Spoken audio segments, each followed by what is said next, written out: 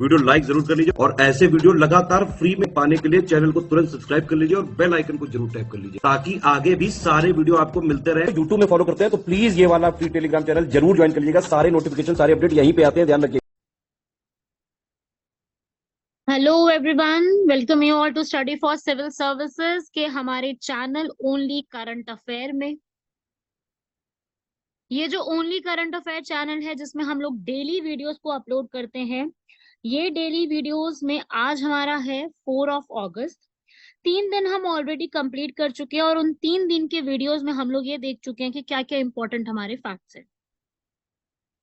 तो अब हम लोग जो है 4 अगस्त का यहाँ पे स्टार्ट करने वाले हैं और इस 4 अगस्त के करंट अफेयर्स में अगर आपको ये पीडीएफ चाहिए तो आप इन दिए गए नंबर्स पे कॉल करके सारी पीडीएफ को कलेक्ट कर सकते हैं। ये हैं 2 नंबर्स।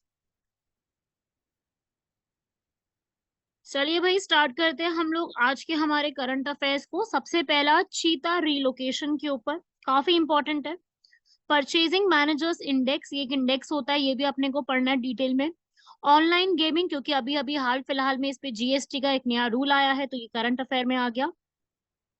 भारत में शुगर एक्सपोर्ट्स, स्पेस डेब्रिस और पारकाचिक ग्लेशियर, इसके बारे में। तो सबसे पहले हम शुरू कर देते हैं हमारा चीता रिलोकेशन प्रोग्राम के ऊपर, क्योंकि अभी फिर से एक और चीता है, उसकी डेथ हो गई है कूनो नेशनल पार्क में। एक फीमेल चीता जिसको निकनेम में धत्री धात्री के रूप में बुलाया जाता है, वो फिर से संक्रमण होकर उनकी डेथ हो गई है। आपको पता है कि हम लोग नामीबिया और साउथ अफ्रीका, मैं जिनको नहीं पता मैं ये बता दूं, साउथ अफ्रीका अफ्रीका में कंट्री है। अफ्रीका है असल में एक कॉन्टिनेंट और इस कॉन्टिनेंट में एक कंट्री आती है बिल्कुल साउथ में जिसका नाम है साउथ अफ्रीका। तो नामीबिया और साउथ अफ्रीका के अंदर जो कंट्रीज है, यहाँ से हमने चीता जो है वो रिलोकेट करवाए थे, जिसमें से 6th चीते की डेथ अभी हो गई। इससे पहले भी हो चुका है, ऐसा देखा गया था कि जो ये चीता है, इनकी जो नेक है, नेक के आसपास का जो पूरी त्वचा है कॉलर्स के पास, वहां पर उनकी जो है बहुत ज्यादा कीड़े और वो सब होने की वजह से उनकी डेथ हो गई है। तो चीता जो है उनकी वहां पर स्किन जो है उनसे पैरासाइट हुआ। पैरासाइट समझते हैं कि उनके ऊपर कोई जो है कीट कीटाणु वो आकर के रहे हैं, जिनकी वजह से उनकी डेथ जो है वो कॉज हुई है। तो डेथ के कॉज होने का रीजन यहाँ पे ये बताया गया है और अभी लेटेस्ट डेथ फिर से यहाँ पे बताई गई है और ये बताया गया कि वो नेचुरल तरीके से डेथ हुई है, इसका ये रीजन बताया गया।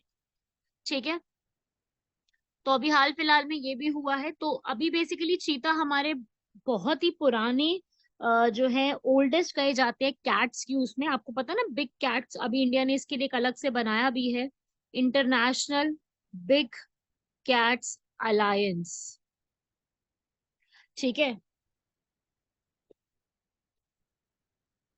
तो ये जो है G20 के इनिशिएटिव से बनाया गया था।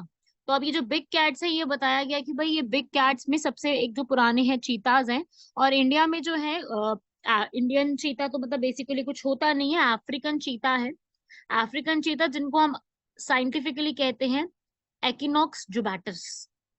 और ये धरती के ऊपर फास्टेस्ट लैंड एनिमल है। 75 माइल्स पर आवर, मतलब कि 120 किलोमीटर पर आवर की रफ्तार से ये भाग सकते हैं। अकेले भागते हैं, अकेले ही शिकार करते हैं। आमतौर पे छोटे मोटे जो है स्तनधारी जैसे कि गेजल्स, ब्रिग और इम्पाला, इन जैसी चीजों का ही शिकार करते हैं। आईयूसीएन की जो रेड लिस्ट है, आईयूसीएन पता ना, international union for the conservation of nature, उनके लिस्ट में जो चीता है वो कौन सी कंडीशन पे आते हैं? वल्नरेबल, मतलब जिनकी जो स्थिति है वो कुछ ज्यादा खराब है।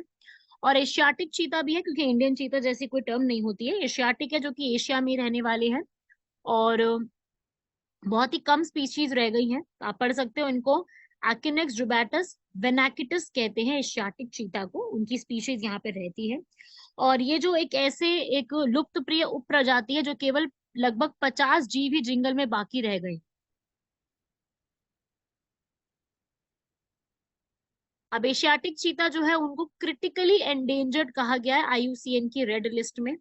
और इनको सबसे बड़ा जो एक थ्रेट है वो ये है कि अधिवास की हानि, हैबिटेट लॉस होता जा रहा है। जहां पे इनका नेचुरल हैबिटेट है, जहां इनको रहना चाहिए, वो इनका लॉस में होता जा रहा है।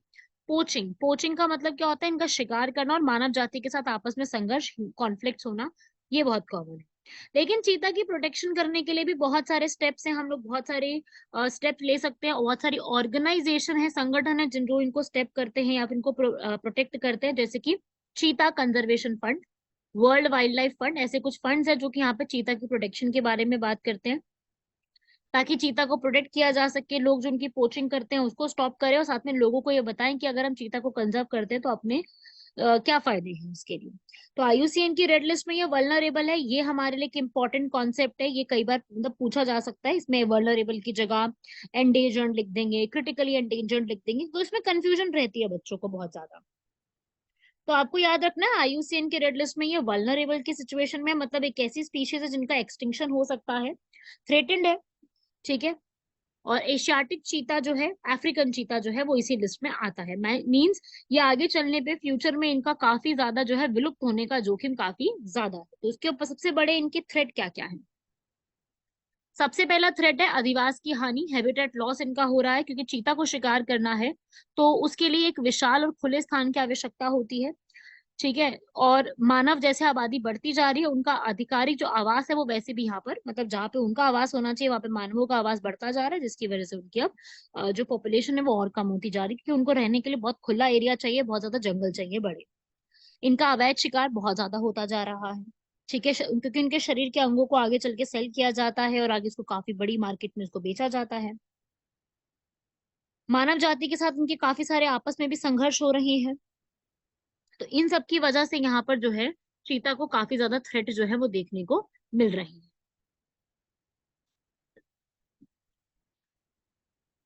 और इंडिया क्या कंजर्व करने के लिए कर रहा है? तो वही सबसे बड़ी बात है कि भाई हम लोगों ने एक अलग से प्रोटेक्टेड एरियाज बनाया जहाँ पे ये सेफ रहे। बट पता नहीं कि जो कूनो नेशनल पार्क है मध्य प्रदेश का, वैसे मध्य प्रदेश जो है वो टाइगर स्टेट कहा जाता है, और साथ ही साथ मध्य प्रदेश में आपको मैक्सिमम नेशनल पार्क्स मिलेंगे। लेकिन अभी ये बताया सुप्रीम कोर्ट ने भी ये बोला है कि भाई चीता को रिलोकेट करो, क्योंकि अभी ये चीता जो है इनकी इतनी ज्यादा तबीयत खराब कह लो या इनकी इतनी ज्यादा प्रॉब्लम्स यहाँ पे देखने को मिल रही है कि चीता जो है वो एक्चुअली में जहाँ रहते हैं वो अब हैबिटेट उनका पूरी तरीके से लॉस होता ही जा रहा है। लॉस होने का मतलब होता है कि जहाँ उनकी मेन जगह है रहने की वो वहां से खत्म होते जा रहे हैं। तो यही है, गवर्नमेंट ने यहाँ पर नामीबिया से, साउथ अफ्रीका से कूनो नेशनल पार्क में जो है चीता को यहाँ पर बुलवाया था, मंगवाया था। बट वहां जहां इनको रखा गया, मतलब कि कूनो नेशनल पार्क में हमारे चीता को, वहां पर भी उनकी जो है वो बहुत हालत अच्छी नहीं है। आप देख सकते हो उनकी डेथ हो रही है, तो वो हालत उनकी भी अच्छी नहीं है। अब उसके बाद इनके लिए रेजिंग अवेयरनेस, अवेयरनेस के लिए भी है। एनजीओ जो हैं, जो लोकल पीपल है, बेसिकली एनजीओ के साथ लोकल पीपल का जो है वो भी काफी अच्छा सपोर्ट चाहिए होता है। लोगों को एजुकेशन होनी चाहिए चीता कंजर्वेशन के लिए, वो सब भी यहाँ पर नहीं है। अगर मैं बात करूँ कूनो नेशनल पार्क की, क्योंकि अभी कूनो नेशनल पार्क न्यूज में आ चुका है, तो अगर हम स्पेशली इसकी बात करें तो एक ऐसी वाइल्ड लाइफ सेंचुरी है जो कि मध्य प्रदेश में है। और ऐसा कहा जाता है, मतलब वहाँ की जो मेडिकल कंडीशन है वो देख करके बोला गया कि ये एक बेस्ट जगह है जहाँ पे चीता रह सकते हैं। बट आपको लगता है क्या ये बेस्ट जगह है? वैसे तो देखो, ऐसा बोला गया था कि जो गिर नेशनल पार्क है वो उनके लिए काफी अनुकूल वातावरण, फेवरेबल कंडीशंस के साथ है। पर गिर नेशनल पार्क में हमारे लायंस रहते हैं, और लायंस और चीता एक ही नेशनल पार्क में रह नहीं सकते हैं। इसकी वजह से कूनो नेशनल पार्क को यहाँ पे चूज किया गया था। और वहां पे और भी है, लायंस, टाइगर, लेपर्ड्स, एंटेलोप, वो और भी रहते हैं बट कम अमाउंट में है, ठीक है। तो यहाँ पर वही है, सरकार ने यहाँ पर कंजर्वेशन के लिए एफर्ट्स किए थे ताकि हम खुले में भी चीता को यहाँ पर लेकर के जा सके और फिर भी वो सेफ रहे, बट ऐसा हुआ नहीं है और बहुत ज्यादा डेथ होती जा रही है। और उसी के लिए सुप्रीम कोर्ट ने भी यहाँ पर बोला है कि अब क्या किया जाए, इनको प्रोटेक्शन प्रोवाइड की जाए और उनके लिए कुछ कंजर्वेशन स्टेप्स यहाँ पे लेने की जरूरत है। समझे बात को? पूरा आर्टिकल आप लोगों को क्लियर हुआ? तो यही आपस में अपना पूरा आर्टिकल कहता है भाई कि जो कूनो नेशनल पार्क में चीता है, इनको हम लोगों को जो है री इंट्रोड्यूस कराना है और ठीक कराने के लिए स्टेप्स लेने हैं। तो अभी जो चीते कहूँ मैं कि भाई 20 आने थे टोटल, टोटल 20 चीता हैं जो कि यहाँ पर आने हैं। और इस प्रोग्राम को चीता री इंट्रोडक्शन प्रोग्राम कहते हैं, क्योंकि बहुत टाइम से चीता जो है वो एक तरीके से एक्सटिंक्ट हो चुके हैं। चीता, ठीक है। पूरा आर्टिकल अपने आप में काफी ज्यादा इंपॉर्टेंट है। सरकार इसके ऊपर काफी ज्यादा एफर्ट्स भी कर रही है, बहुत सारी कंट्रीज से बात भी करी थी। रीइंट्रोडक्शन का प्लान बहुत सालों से चलता आ रहा है, लेकिन अब जा करके ये इंट्रोडक्शन का प्लान जो है वो सक्सेसफुल देखने को मिल रहा है, ठीक है। एक और साइट बोली गई थी, वो है नौरा देही। नौरादेही वाइल्ड लाइफ सेंचुरी, ये भी मध्य प्रदेश में है, ये भी बोला था कि ये है। लेकिन कूनो नेशनल पार्क जो है ना, कूनो पालपुर, ये बोला गया था कि भाई ये जितनी भी बिग कैट्स है ना, जैसे Bengal tiger, Indian leopard, Asiatic cheetah, Asiatic lion, ये सब साथ में रह सकते हैं वहां पर, ऐसा बोला गया था। ठीक है कि भाई ये सब जो है वहां पे एग्जैक्टली साथ में भी रह सकते हैं। बट आज के टाइम पे करंट स्टेटस की बात करूं तो आपको पता चल ही गया है, करंट स्टेटस में जो है काफी सारे नुकसान जो है वो देखने को मिले हैं। 9th चीता की भी डेथ हुई है। तो आप खुद सोचिए, was Kuno a good choice for चीताज relocation? Relocation के लिए क्या जो कूनो है वो एक सही साइट थी इसके लिए?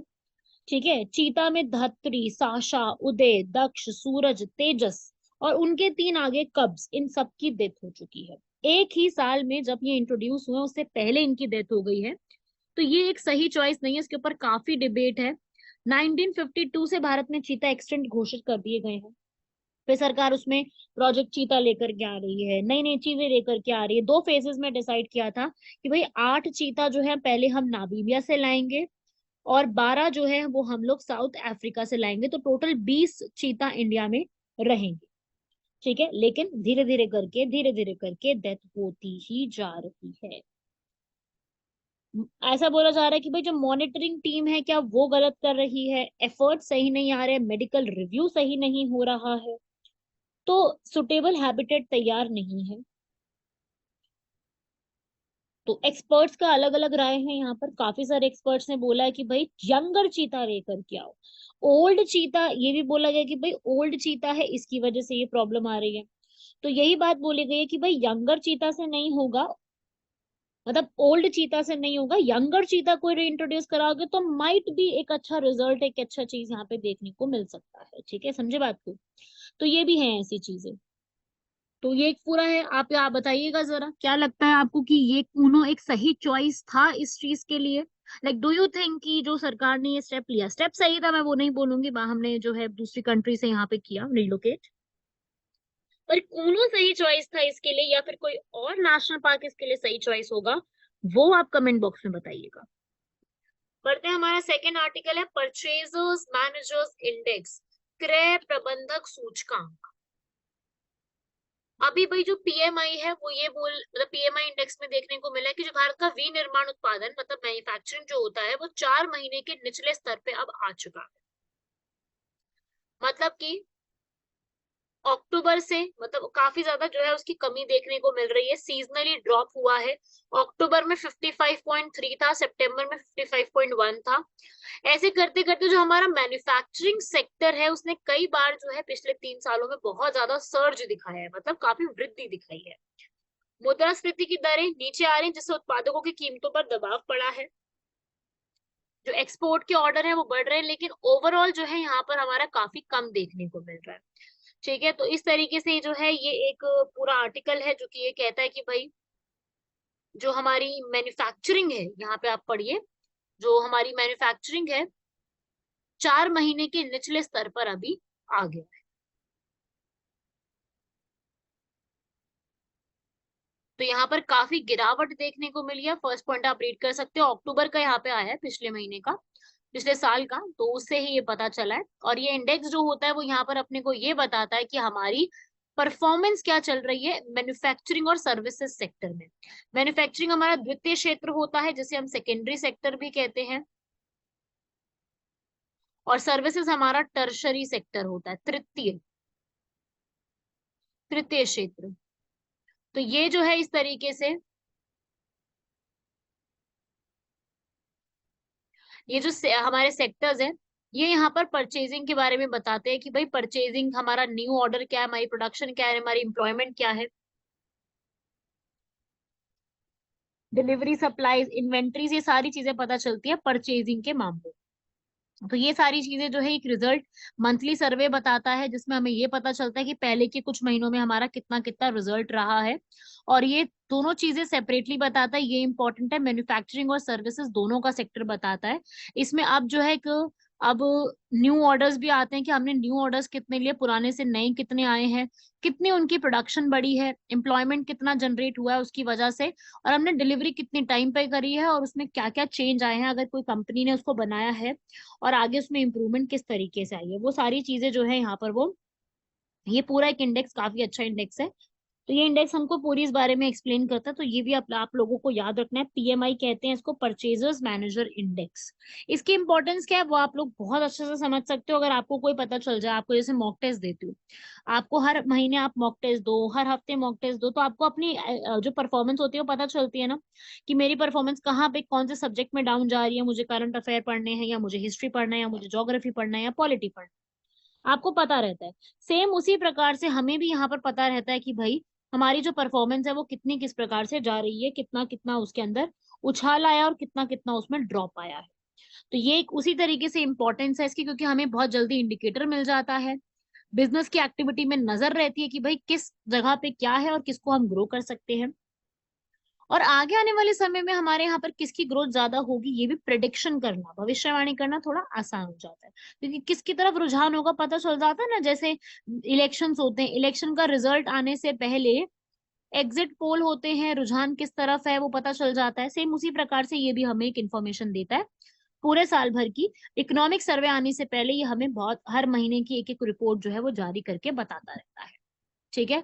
और ये भी बताता है कि भाई कहाँ पे एम्प्लॉयमेंट ज्यादा जनरेट हो रही है, एम्प्लॉयमेंट के ट्रेंड्स क्या है, इन्फ्लेशन कितनी है, प्राइस का क्या प्रेशर है, कि मतलब किस चीज में कस्टमर ज्यादा कॉन्फिडेंट है, किससे उसके सेंटिमेंट जुड़े हुए हैं, किसकी प्रोडक्शन ज्यादा होनी चाहिए, और इंटरनेशनली भी हम लोग किस तरीके से उस प्रोडक्ट को लेकर के आगे बढ़ सकते हैं, वो सारी बातें भी ये पूरे हमको एक्सप्लेन करता है। तो ये अपने आप में काफी इंपॉर्टेंट इंडेक्स है। तो कंक्लूजन बेसिकली मैं कहूंगी तो यही होगा कि हमें कितना मैन्युफैक्चरिंग और सर्विसेज करी है उसके बारे में ये पूरा हमें जानकारी देता है। क्लियर हुई बात? तो ये है आपका PMI, purchasers manager index, purchasing managers index. फिर आता है भाई यहाँ पर online gaming market in India. Bharat में जो ऑनलाइन गेमिंग का बाजार है, अभी कल जो है जीएसटी काउंसिल की मीटिंग होती है, और जीएसटी काउंसिल यहाँ पर जिसको हेड करती है हमारी फाइनेंस मिनिस्टर, वो यहाँ पर ऑनलाइन गेमिंग पे 28% का टैक्स जो है वो लेकर के आई है। चाहे आप कसिनो में खेलो, चाहे आप हॉर्स रेसिंग करवाओ, या आप ऑनलाइन गेमिंग खेलो, आपको वहां पर जो है 28% का टैक्स देना होगा। ये बोला गया है कि भाई मौत की घंटी बजाई जा रही है ऑनलाइन गेमिंग उद्योग में। क्यों? क्योंकि ये सब जो जितनी भी ऑनलाइन गेमिंग हो रही है, घुड़दौड़ हो रही है, कसीनो हो रहा है, ये सट्टेबाजी ही तो हो रही है। तो सट्टेबाजी में यहाँ पर ये बोला है भाई कि हम इतना टैक्स जो है वो जनरेट करेंगे, और फिर 6 महीने बाद इसको पूरा असेस करेंगे क्या जो हमने यहाँ पर टैक्स का सिचुएशन दी थी वो हमारा ठीक था, या इसको और इंक्रीज करें या डिक्रीज करें, या इतना ही रहने दें। हर 6 महीने बाद इसको चेक किया जाएगा, और अभी नहीं होगा, ये 1 अक्टूबर से लागू होगा। क्यों? क्योंकि 2023 तक अपने को पता है कि जो ऑनलाइन गेमिंग मार्केट है वो इतना बढ़ रहा है, करीब 2.8 बिलियन डॉलर्स पहुंच जाएगा। आप अंदाजा लगाइए, 2.8 बिलियन डॉलर्स अकेले ये वाली इंडस्ट्री पहुंच रही है। 2.8 बिलियन डॉलर्स को आप जब आप अरेंज करोगे रुपयों में, तो आप यहाँ पे, मैं तो समझ नहीं आ पा रही कितने करोड़ हो जाएगा ये। मतलब करीब करीब अगर मैं बात करूं, अगर मैं गलत नहीं बोल रही हूँ, तो 280 करोड़ की ये इंडस्ट्री पहुंच गई है। मतलब मुझे ऐसा लग रहा है कि 2.8 बिलियन डॉलर कुछ इस तरीके से बनेगा, मतलब मेरे हिसाब से, मैं अगर सही हिसाब लगा पा रही हूँ तो इतना जबरदस्त अमाउंट ये पहुंचेगा, इतना जबरदस्त। सो आप देख सकते हो कि अभी $1 की कीमत जो है वो 82 रुपीज चल रही है, if I am not wrong, इतनी चल रही है। तो उस हिसाब से अगर आप अरेंज करो तो कुछ इतना पैसा बन जाएगा, और ये मोबाइल गेमिंग से आती है सबसे ज्यादा।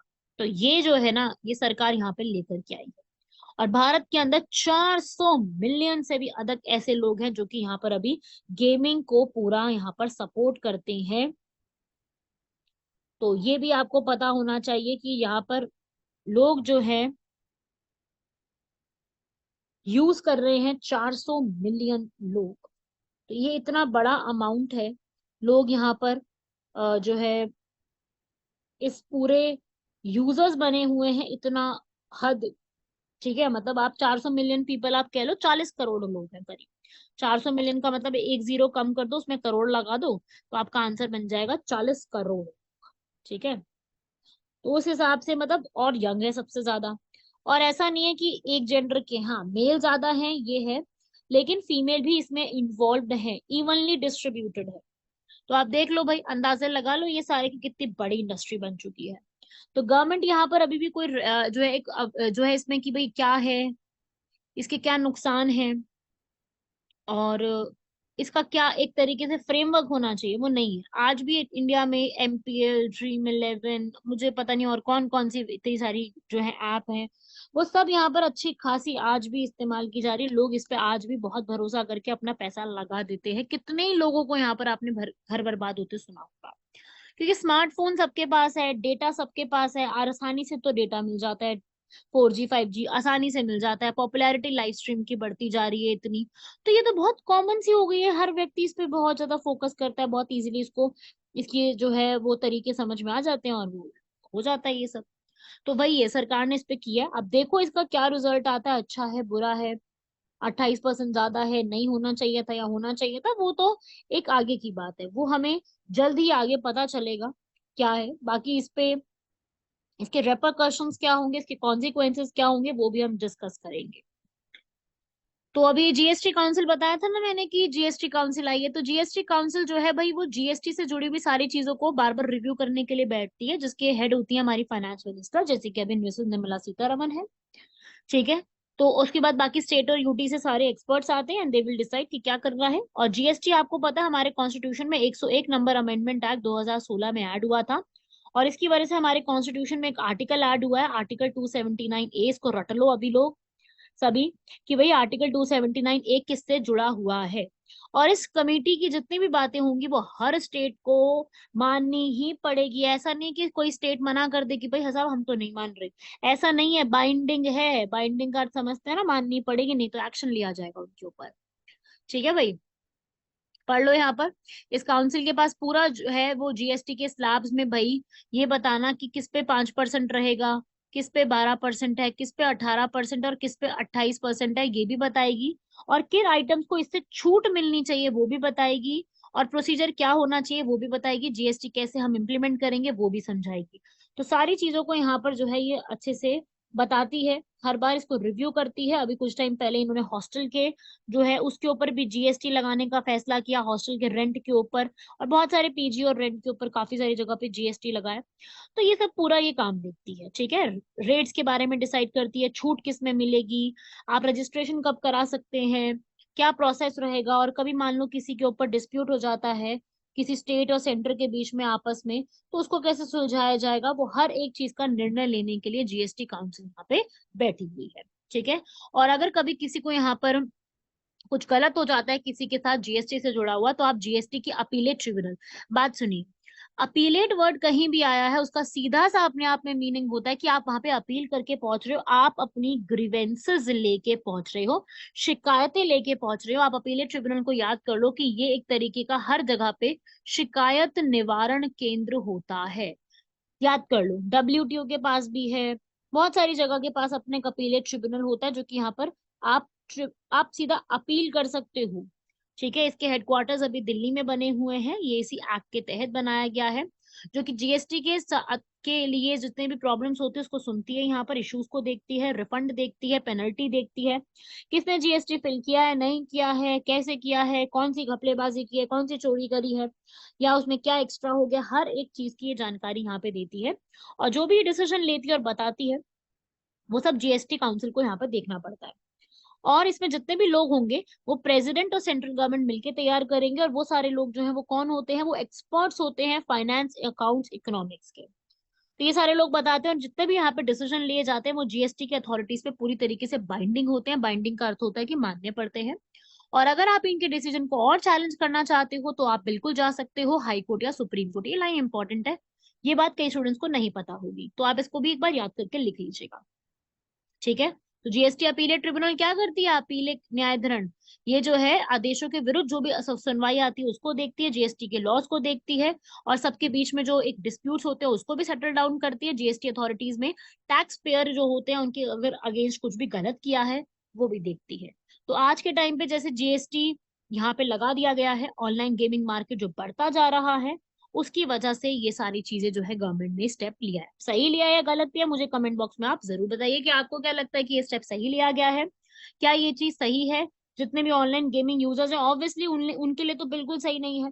जो ऑनलाइन गेमिंग यूजर्स है उनके लिए तो ऑब्वियसली बात है कि बिल्कुल ठीक नहीं है, लेकिन क्या ये चीज जो हुई है ऑनलाइन गेमिंग वालों की बात नहीं है, यहाँ पर आप ये बताइए कि जो ये चीज हुई है ये देश के लिए सही है या नहीं, ये मेरा सवाल है कि क्या ये देश के लिए सही है। तो ये आप लोग मुझे जरूर बताइए। अगला टॉपिक है भाई शुगर के एक्सपोर्ट्स। तो शुगर की प्रोडक्शन जो है 2023-24 के सीजन में कम देखने को मिली, क्योंकि भारत की जो शुगर मिल एसोसिएशन उन्होंने ये बोला है कि अपनी सीजन की होनी चाहिए यहाँ पर 317 लाख टन, ठीक है, कि इतनी हुई है, होनी चाहिए थी 328, तो कम हुई है। यहाँ पर जो ये कम हुआ है देखने को वो इसीलिए देखने को मिला क्योंकि हम लोग जो है शुगर और इथेनॉल की प्रोडक्शन पे ज्यादा फोकस करने लग गए हैं। और तो शुगर की प्रोडक्शन जो है वो 362 लाख टन थी और कंजम्पशन 275 है, ठीक है। तो इस तरीके से इथेनॉल का प्राइस बढ़ा है जो कि शुगर केन से ही बनता है, इसकी वजह से ये प्राइसेस में जो है आपको यहाँ पर कम देखने को मिलेगा। शुगर में हम लोग सेकंड नंबर पे आते हैं, टॉप करता है ब्राजील। ब्राजील जो है वो कॉफी में भी टॉप करता है। इंडिया में शुगर केन सेकंड नंबर पे आते हैं। यूपी इंडिया में टॉप करता है, शुगर बोल ऑफ इंडिया भी बोला जाता है। और वैसे देखो ब्राजील अब टॉप पे आ गया है उसमें, वैसे तो शुगर बोल क्यूबा को भी बोला जाता है, क्यूबा कंट्री, ठीक है। तो शुगर इंडस्ट्री हमारी इंडियन इकोनॉमी में काफी बड़ा रोल प्ले करती है। और पहले के टाइम पे बहुत अच्छा जो है शुगर का सीजन रहा था 2021-22 में, प्रोडक्शन होना, एक्सपोर्ट होना, इथेनॉल प्रोडक्शन होना, तो ये सारी चीजें काफी अच्छे से देखने को मिली थी पहले के टाइम पे। हमने एक्सपोर्ट भी बहुत अच्छा किया था जिसकी वजह से अपने को 40,000 करोड़ का मुनाफा भी हुआ था, ठीक है, अर्निंग हुई थी। और ये काफी अच्छे स्टेप हुए थे, सेल्फ सफिशिएंट होने लग गए थे हम लोग शुगर की प्रोडक्शन के अंदर। पर अभी जो है वो इथेनॉल की प्रोडक्शन है, इथेनॉल ब्लेंड करना है पेट्रोल के साथ, उस केसेस में थोड़ा प्रॉब्लम आई। और जो शुगर केन होती है आपको पता है ना, फार्मर्स से सीधा जो शुगर मिल की इंडस्ट्रीज होती हैं वो फार्मर से सीधा प्रोक्योर कर लेते हैं, उसको एफआरपी कहते हैं। एफआरपी प्राइस के ऊपर, फेयर एंड रेम्यूनरेटिव प्राइसेस के ऊपर सीधा शुगर केन फार्मर्स उसको प्रोक्योर कर लेते हैं, जो कि सीएसीपी डिसाइड करती है। ये सीएसीपी वही है जो कि एमएसपी को भी डिसाइड करती है, मिनिमम सपोर्ट प्राइस को भी यही डिसाइड करती है, CACP, commission for agriculture cost and prices. और इसमें यही होता है कि गवर्नमेंट जो है वो इथेनॉल ब्लेंडिंग को प्रमोट करेगी, यहाँ पर इथेनॉल की डिमांड को यहाँ पे देखते हुए आगे बढ़ेगी, ठीक है। तो शुगर के अभी जो है थोड़ा सा याद रखिएगा इस पूरे टॉपिक के ऊपर, शुगर केन का जो प्राइस है उसमें इसके input cost, lower sugar price, ये सारी चीजें देखने को मिल रही है। इथेनॉल की प्रोडक्शन भी यहाँ पे हुई है, एक्सपोर्ट मार्केट भी काफी बड़ी है। तो शुगर इंडस्ट्री जो है इंडिया में अभी आज के टाइम पे चैलेंजेस है, लेकिन आगे आने वाली डिमांड में हो सकता है इसमें और ज्यादा जो है वो इंक्रीज देखने को मिले, और सरकार की जो पॉलिसीज है उसके साथ लाइन अप होते हुए शुगर का जो पूरा मामला है वो सेट हो पाए। रीड करिए इसका वे फॉरवर्ड एक बार सभी लोग।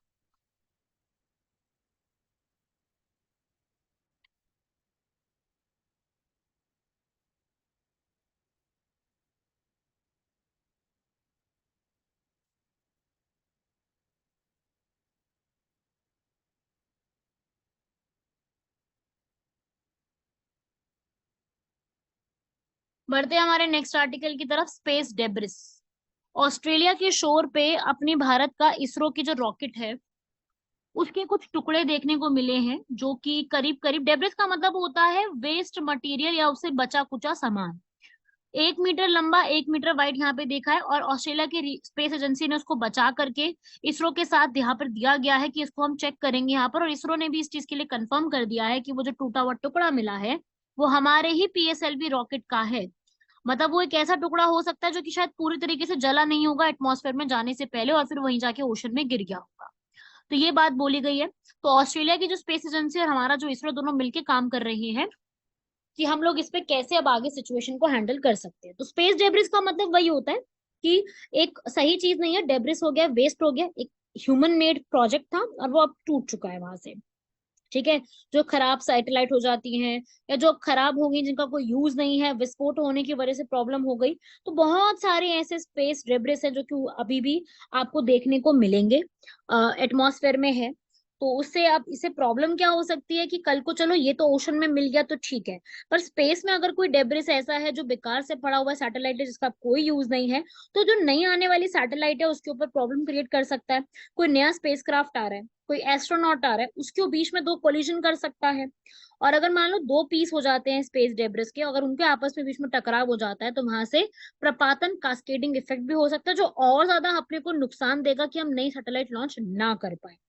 तो स्पेस डेब्रिस को भी क्लीन करना बहुत जरूरी है। मानते हैं स्पेस बहुत बड़ा है, सारी चीजें हो सकती हैं, पर स्पेस डेब्रिस को क्लीन करना भी उतना ही जरूरी है। ठीक है, अभी तक तो कोई सिंगल अथॉरिटी है नहीं जो स्पेस डेब्रिस को क्लीन करती हो, अभी तक तो है नहीं, इसका मूवमेंट भी कैसे है वो अपने को मिला नहीं है।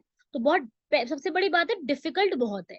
अब इसको टेक्नोलॉजिकली कैसे हम स्पेस में जा करके वहां के कूड़े करकट को या चीजों को हटाएं यहाँ पर, तो ये बात अपने आप में टेढ़ी खीर बन जाता है भाई। और अगर करते भी हैं तो ये बहुत ज्यादा टाइम भी लेगा, और साथ ही साथ यहाँ पर ये जो है बहुत ज्यादा क्या क्रिएट कर सकता है अपने बीच में, खर्चीला भी हो सकता है। ठीक है, और हर कंट्री के जो ऑर्गेनाइजेशन उनको साथ में मिलकर करना पड़ेगा, तो बड़ा मुश्किल है इसके ऊपर देखना। इंडिया ने टेक्नोलॉजी बनाने की कोशिश करी है कि भाई हमारा जो स्पेस डेब्रिस है उसको अगर हम क्लीन कर सकें, तो करने की कोशिश तो करी है कि भाई हमारी इसरो, यूरोप की स्पेस एजेंसी, ऑस्ट्रेलिया की मिलकर के यहाँ पे काम करें और उसके ऊपर से जुड़े हुए यहाँ पर एक एक्टिविटी को ट्रैक करें, बट हुआ नहीं है उसके ऊपर। ये पूरे जो 4 पॉइंट्स आपके सामने लिखे हुए हैं, ये मैंने यही समझाए हैं आपको, जो मैंने बताया है सेम वही बात है। ठीक है, तो यूएन की जो है अभी 5 ट्रीटीज भी हैं ऐसी, आप ट्रीटीज के नाम देख सकते हैं: आउटर स्पेस बाहरी अंतरिक्ष, बचाव समझौता, लाइबिलिटी समझौता, दायित्व कन्वेंशन, पंजीकरण कन्वेंशन, चंद्रमा समझौता। जिसमें क्या होता है कि आपको अगर कभी भी कोई स्पेस में लॉन्च करना है तो आपको जो इंटरनेशनल लॉ बनाए गए हैं यूएन द्वारा उसके हिसाब से पूरा चलना होगा। ठीक है, और अगर मान लीजिए रेस्क्यू अग्रीमेंट में क्या है, बचाव में कि अगर कोई एस्ट्रोनॉट जाता है तो वो एस्ट्रोनॉट को बचाव करने का भी एक तरीका होना चाहिए। तो एस्ट्रोनॉट्स के लिए है कि भाई उनको वापस लेकर के भी आना है धरती पे। और लाइबिलिटी है कि अगर कभी भी कोई स्पेस ऑब्जेक्ट्स को आपको डैमेज पहुंचाया तो उसके लिए आपको यहाँ पर जिम्मेदारी भी लेनी होगी। रजिस्ट्रेशन, अगर आप कोई भी लॉन्च कर रहे हैं तो आपको रजिस्ट्रेशन कराना होगा। मून अग्रीमेंट, जिसमें आप मून के ऊपर जितने भी प्रिंसिपल्स हैं उसको भी आप सॉल्व करेंगे। तो ये 5 समझौतों के हिसाब से सारी चीजें चलेंगी, वो इसमें लिखा गया है। ठीक है, तो वही है कि अभी अगर आपको स्पेस डेब्रिस क्लीन करना भी है, मतलब कि अगर स्पेस में कुछ चीजें ऐसी हैं जो क्लीन करनी है, तो सबसे पहले क्या होना चाहिए, टेक्नोलॉजी होनी चाहिए। टेक्नोलॉजी होगी तो कंट्रीज के बीच में यहाँ पर कोऑपरेशन होगा। तो मेरे हिसाब से पहले टेक्नोलॉजी आनी चाहिए, फिर आप कंट्री के बीच में कोऑपरेशन को इंक्रीज कर सकते हो। अब टेक्नोलॉजी तो आ गई, पर कंट्रीज आपस में मिक्स करके बात नहीं कर रही है, कंट्री यहाँ पर एक दूसरे के साथ जो है वो सही नहीं कर रही है, तो क्या फायदा फिर इस चीज का। तो यहाँ पर अंडरस्टैंडिंग को बहुत अच्छे से बढ़ाने की जरूरत है। समझे बात को भाई? चलो भाई आगे बढ़ते हैं। हमारा लास्ट वाला आर्टिकल है पारकाचिक ग्लेशियर, जो कि लद्दाख में अपने को देखने को मिला है, जो कि अब ये बोला गया कि ये बहुत जल्दी पिघलता जा रहा है। तो ये पाराचिक ग्लेशियर जो है जो पिघलता जा रहा है 12 मीटर पर ईयर, ये काफी हो रहा था पहले, अब ये और बढ़ता जा रहा है। तो इसके जो है इसकी वजह से ये जो ग्लेशियर पिघल रहा है इसकी वजह से ग्लेशियर लेक्स बन रही है। ठीक है, ग्लेशियर पिघलने की वजह से क्या बन जाती है, वहां पे लेक्स बन जाती है, उसे कहते हैं ग्लेशियर लेक्स। ठीक है, तो अब बात यह है कि कल को ये भाई ग्लेशियर लेक जो है अगर ये फट गई, आउटबर्स्ट हो गया इसका, तो भाई ये तो वहां पर बहुत ज्यादा जबरदस्त पानी लेकर के आ जाएगी। ठीक है, और उससे बाढ़ आ जाएगी, एकदम से बाढ़ आएगी तो वहां पे पानी की कमी हो जाएगी। तो भाई जो सुरू रिवर है वहां की, उसके आसपास ये ग्लेशियर है। ठीक है, ग्लेशियर है तो ठीक है, जास्कर के अंदर लगा लोकेटेड है, जास्कर सबको पता है ना भाई। जास्कर जो है अपना कहाँ लोकेटेड है, जास्कर की हमारी लोकेशन है सबसे पहले आउटर हिमालयाज है, शिवालिक्स, उसके बाद फिर ट्रांस है, सॉरी ये वाला हिमाचल है, उसके बाद इधर है फिर आउटर, फिर ग्रेट है, सॉरी इधर इधर है आपका हिमाचल या लेसर हिमालय, फिर है यहाँ पर ग्रेट हिमालय, और फिर आते हैं ट्रांस। इस ट्रांस में आपका जास्कर रेंज आती है, जिसमें इस तरफ सबसे पड़ता है नंगा पर्वत। इसकी बहुत सी हाईएस्ट पीक है, कामेत, नुनकुन, ये पीक्स है। ठीक है, तो इस वजह से ये जो जास्कर रेंज के हिस्से में आता है,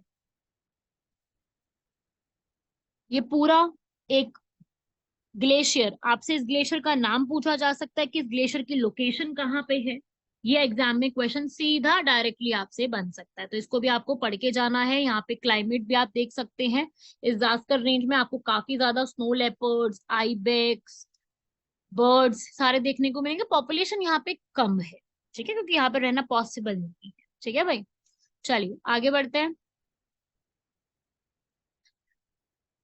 वेस्टर्न ट्रैगोपोन, वेस्टर्न ट्रैगोपोन ये हिमालय में यहाँ पे रहने वाली हिमाचल प्रदेश की एक स्टेट बर्ड है। ठीक है, यही इसके बारे में करेक्ट स्टेटमेंट है, बाकी सब तो खैर ऑप्शंस दिए गए हैं, वो तो आप छोड़ ही दीजिए।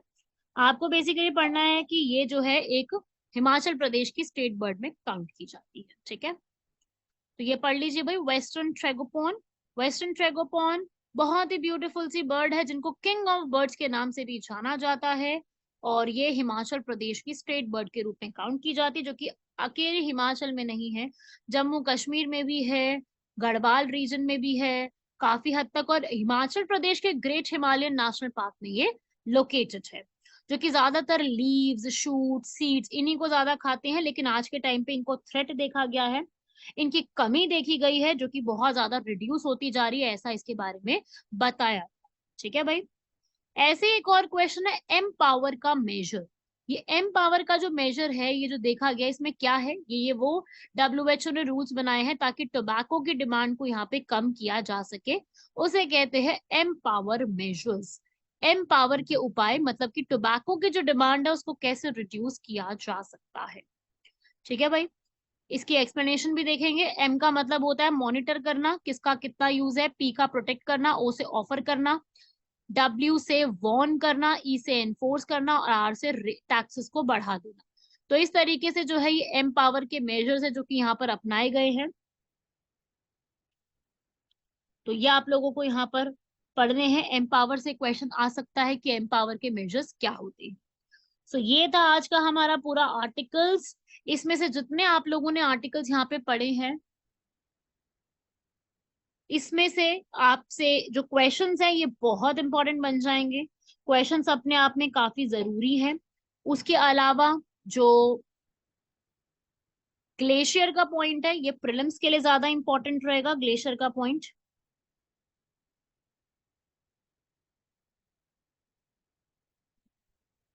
और जो ये था भाई स्पेस डेब्रिस, ये आपकी इंफॉर्मेशन के लिए था, इसमें कम क्वेश्चन बनने के चांस है।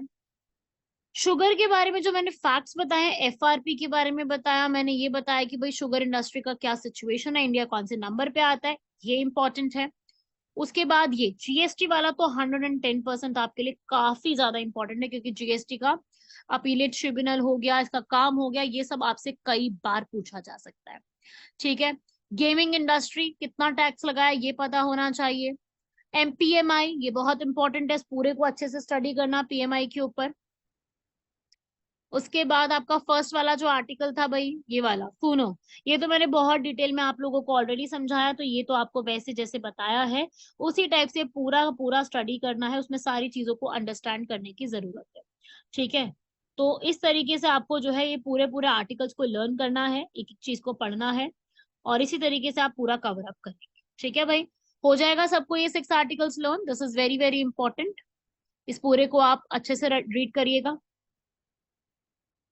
और ये पूरे 6 के 6 आर्टिकल्स इस बार के लिए इंपॉर्टेंट रहेंगे, एंड क्वेश्चंस भी इससे पुट अप किए जा सकते हैं। ठीक है भाई, so this is all you have to learn, this is all you have to understand. इन सबको कंप्लीट करना, बाकी आप लोगों से मिलते हैं फिर नेक्स्ट लेक्चर में। तब तक के लिए धन्यवाद, शुक्रिया, जय हिंद।